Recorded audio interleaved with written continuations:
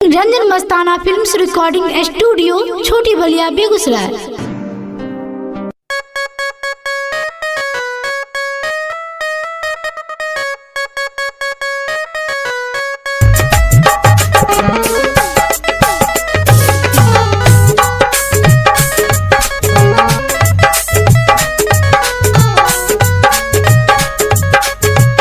Music director Ranjan मस्ताना।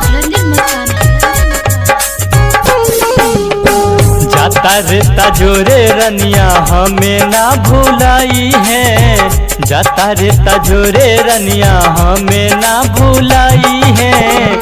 सीता जलिए कोहवा घाटे मिले चली आई है, सीता जलिए कोहवा घाटे मिले चली आई है।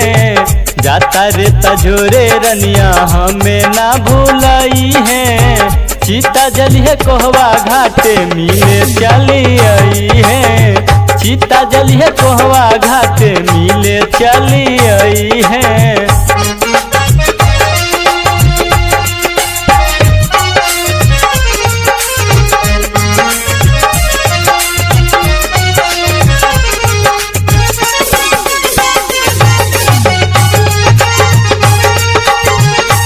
म्यूजिक डायरेक्टर रंजन मस्ताना। दिलबा में तोहारो धाइले ध्यानावा मिले चली आई है रानी कौन बहानावा। दिलबा में तोहारो धाइले ध्यानावा मिले चली आई है रानी कौन बहानावा।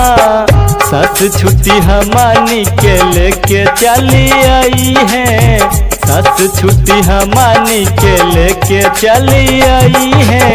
सीता जलिए कोहवा घाटे मिले चली आई है, सीता जलिए कोहवा घाटे मिले चली आई है।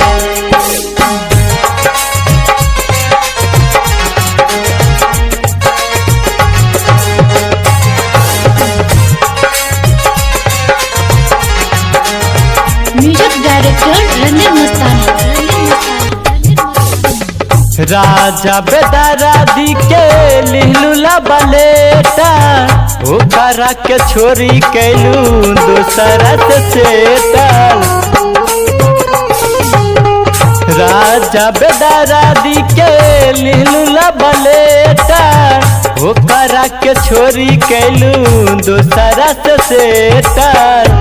नीरज बिहारी छाती पीटी पीटी रोई, नीरज बिहारी छाती पीटी पीटी रोई। सीता जलिए कोहवा घाटे मिले चली आई है, सीता जलिए कोहवा घाटे मिले चली आई है। रंजन मस्ताना फिल्म्स रिकॉर्डिंग स्टूडियो, छोटी बलिया, बेगूसराय।